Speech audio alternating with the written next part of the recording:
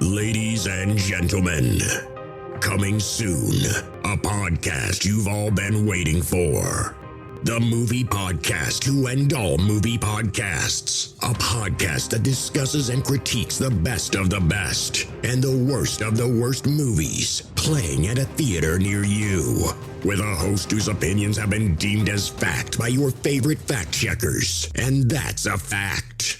Without further ado, let me introduce you to the movie maestro, the tyrant of theater, the gumshoe of review, the man that makes theater employees and Hollywood execs shiver by his mere presence. Ladies and gentlemen, the judge, the jury, the sultan of cinema, Justin Henson!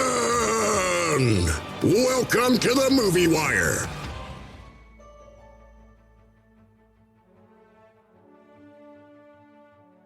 Hello, everyone. My name is Nick. I'm the host of Nikolai's Kitchen, and I'm also the host of the annual Livestream for the Cure. Livestream for the Cure is a charity event where we raise money with content creators and podcast partners from around the world for the Cancer Research Institute, a wonderful nonprofit researching cancer immunotherapy, training the body's immune system to fight all forms of cancer. This is a mission and a future that I truly believe in. And myself and my team worked tirelessly over the past 5 years to raise over $50,000 for this cause. This year, we're aiming for our biggest single goal to date of $20,000, and we cannot do it without your help. Please join us for the event May 19th through the 21st, starting at 9 a.m. Eastern, for 45 hours of content from people all over the world. Together, we can bring hope for a future immune to cancer. The more eyes we reach, the more dollars we raise. Please help us in making this goal a reality. Together, we can make a difference. Welcome to this special edition of The Movie Wire. I am your host, Justin Henson, and welcome to the show. We got a very special episode midweek. This midweek episode, we will be reviewing 3 Oscar-nominated films, including Licorice Pizza, nominated for 3 Academy Awards, Will Smith's King Richard, nominated for 5 Academy Awards, and finally, Dune, nominated for a whopping 10 Academy Awards, all of which are nominated for Best Picture. Want to hear my review? Let's get right into it.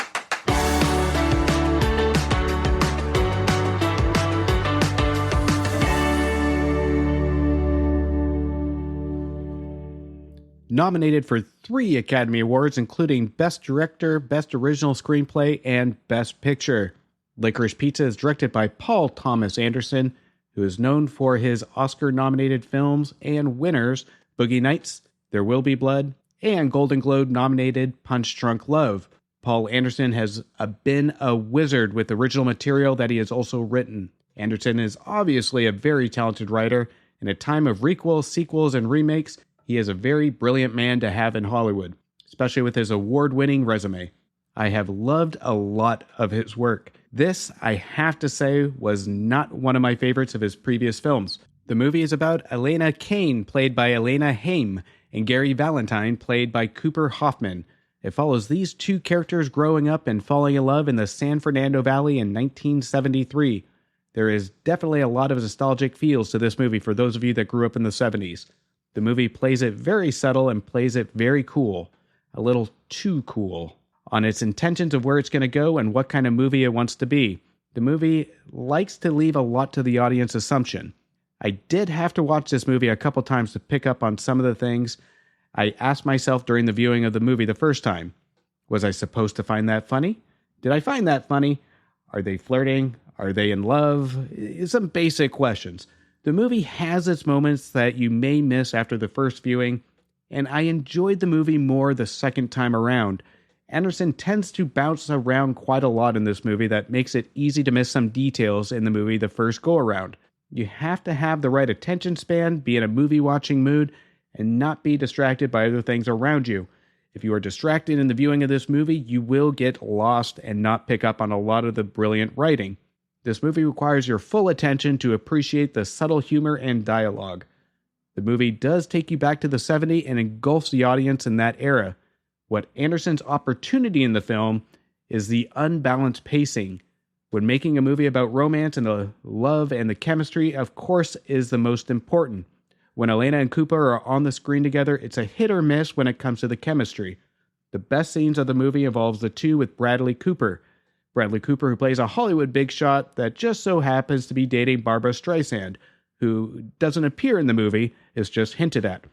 This is Bradley Cooper at his best and helps support the chemistry between Elena and Cooper. Again, when the two are together, they're just kind of meh. The chemistry just doesn't get us to care too much if the two end up together. The funniest part of this movie came from John Michael Higgins, who owns a Japanese restaurant that doesn't speak Japanese. And I won't give anything away, but that's all I'll say. There's a problem when making a movie about two people falling in love. Elena and Cooper in no way are bad in this movie. When the two are in individual scenes, they are outstanding, which tells me, I hate to say it, that Anderson's writing didn't help support the chemistry or growth of these two characters, which I will be completely surprised if this gets an Oscar for Best Original Screenplay. The movie has a lot of awkward moments that will give you a chuckle, but if you're wondering while watching if you should be chuckling, the movie isn't bad by any means. It has its moments that it shines, but suffers from an unbalanced pacing and chemistry that is lacking from the two main characters that we're supposed to be rooting for. By the final moments of the movie until the credits roll, I shrugged and said, who cares? The movie has style and very subtle humor and some good individual performances, but it loses when it comes to balancing and dialogue to help support the cast. For some of you that don't know, Licorice Pizza is slang for a vinyl record and was also a record store in the 70s and 80s. This movie is filled with a lot of great A-list actors. John C. Reilly, as you might catch in the background, as Mr. Munster. And you have a lot of cool cameos like that kind of shine through that just keeps you engaged in the movie. But this is a type of movie that shouldn't rely on some cool cameos in it to keep the movie tugging along. That's where the movie kind of loses my interest. This movie has huge potential in the originality of the entire film, but it loses interest because of the dialogue falls flat. The dialogue should be pushing the two characters to evolve and make the audience care more about it, but unfortunately, it never evolves into a relationship that we care about. These two main characters do have an amazing talent, but they need to work on chemistry and they need dialogue to help support that. So I will give Licorice Pizza, final judgment on Licorice Pizza. I give it 2.5 stars. Little disappointing in Anderson's writing on this one. It's not at his best, but it's definitely not a horrible movie. Check it out on streaming. It's available now.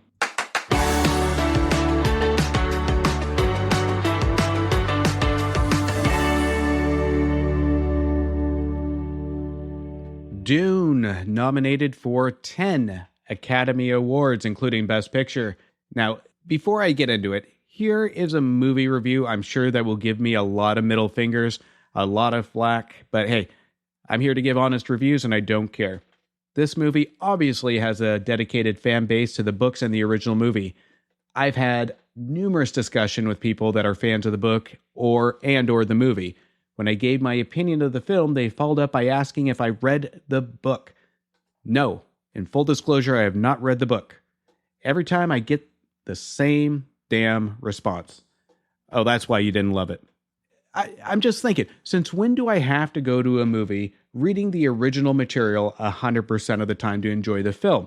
I'm sure there's people out there that do. I'm not one of them. I am sure this wasn't the filmmaker's intent to just make a film for the fan base. It's usually an intent to respect the fan base and also respect the filmgoers.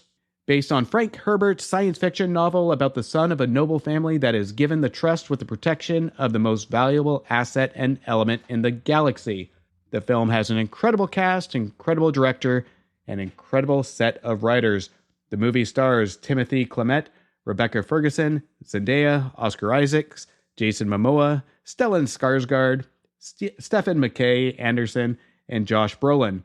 This is a great lineup of talent, but where I was really let down was with the writing.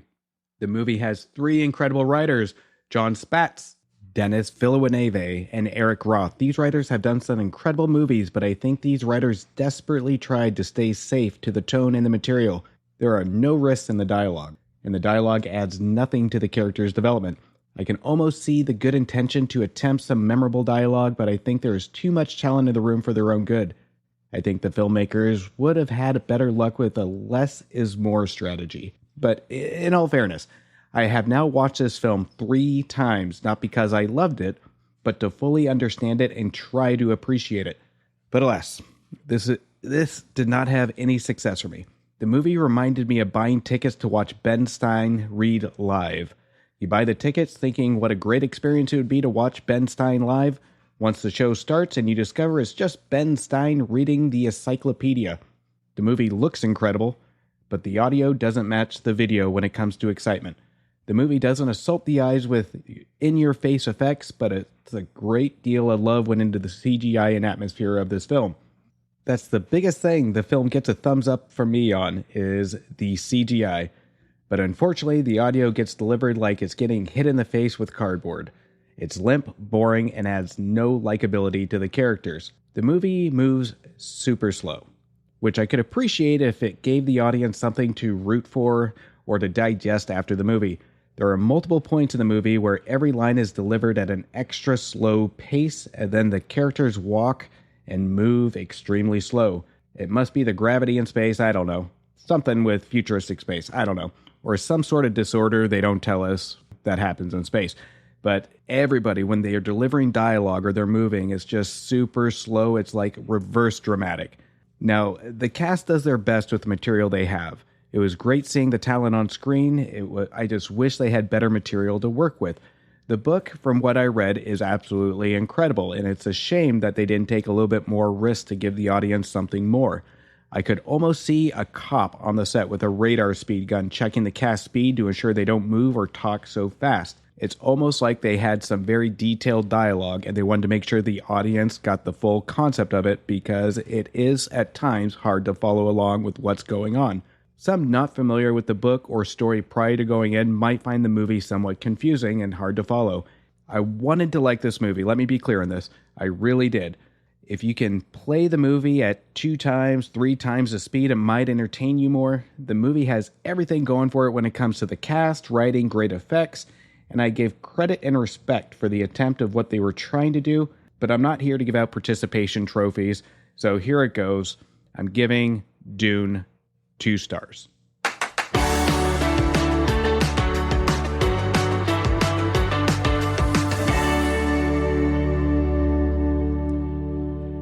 And finally nominated for 5 Academy Awards, including Best Actor, Best Supporting Actress, Best Original Screenplay, and Best Film Editing, and of course, Best Picture. King Richard is based on a true story about Richard Williams, a father of 5 girls with a 78-page plan and future plans for his daughters focused on Serena Williams and Venus Williams, the world-famous tennis players. Richard trains Venus and Serena on a tennis court in Compton, California. Richard pushes his daughters to train for success to ensure they don't end up on the streets of Compton and make something of themselves not only in the sport, but in the mind. This movie doesn't focus on the 2 famous tennis players, specifically Venus and Serena, but they focus on a family that works together against numerous struggles to ensure that the family not only survives the challenges of life, but they do it in a moral and just way. The movie is directed by up-and-coming Ronaldo Marcus Green and written by the up-and-coming Zach Balan, who is set to write the upcoming Creed 3. For a first-time big film for the writer and the director,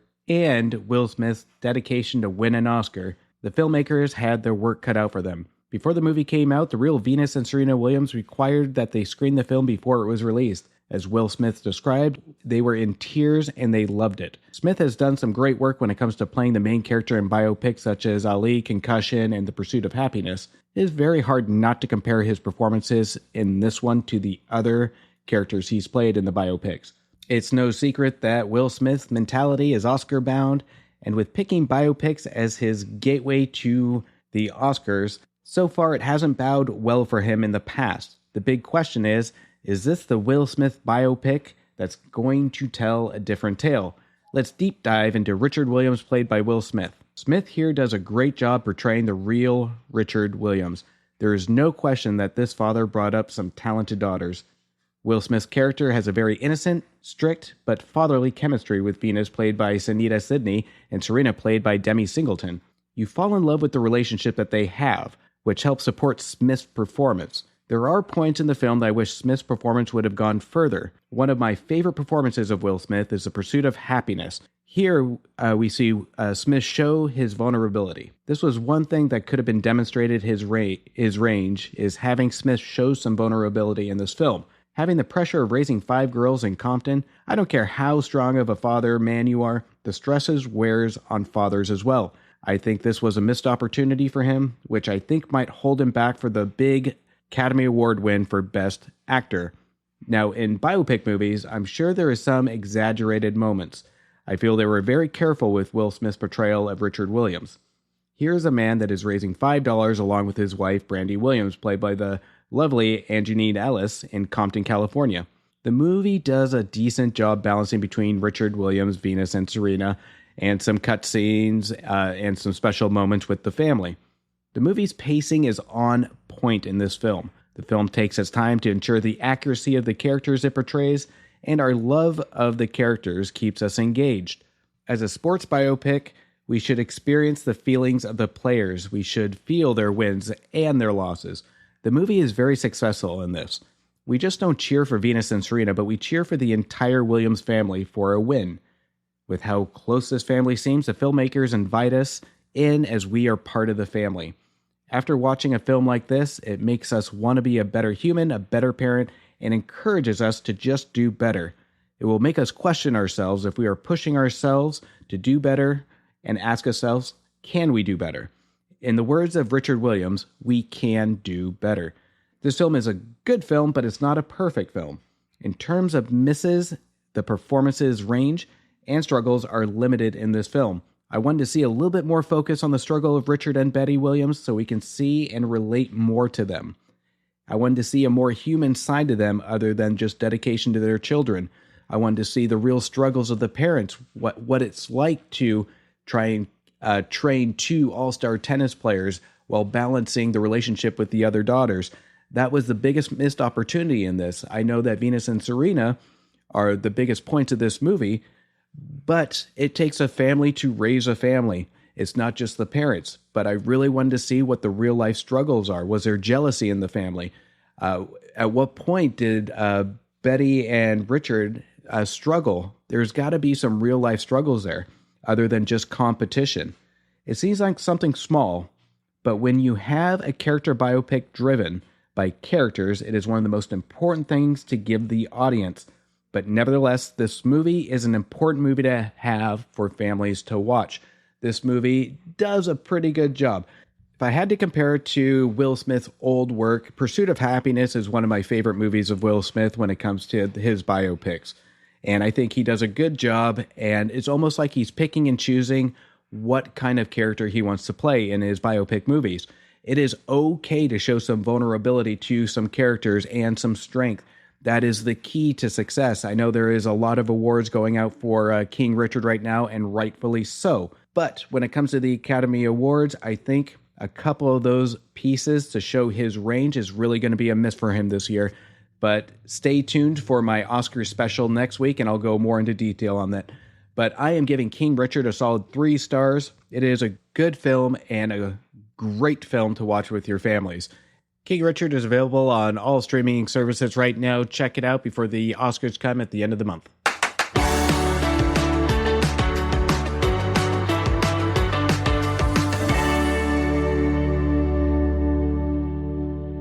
Thank you for joining us on this special episode of the Movie Wire. We will be back again on Monday to review the last 2 Best Picture nominated films, Drive My Car and Belfest. I will also be reviewing the Disney Plus exclusive, the remake of a remake of a remake, cheaper by the dozen, available on Disney Plus now. Up until then, support your local movie theaters, and thank you for listening. We will see you on Monday. A verdict has been made on this episode of The Movie Wire by your host, Justin Henson. He thanks you for listening to the show. You can follow Justin on Instagram and Twitter at Movie Wire Show, or visit his website, www.themoviewire.com. Oh, and don't forget to leave a review on Apple Podcasts and Spotify. I'm sure he'd love to hear from you. Until next time, we will see you at the movies.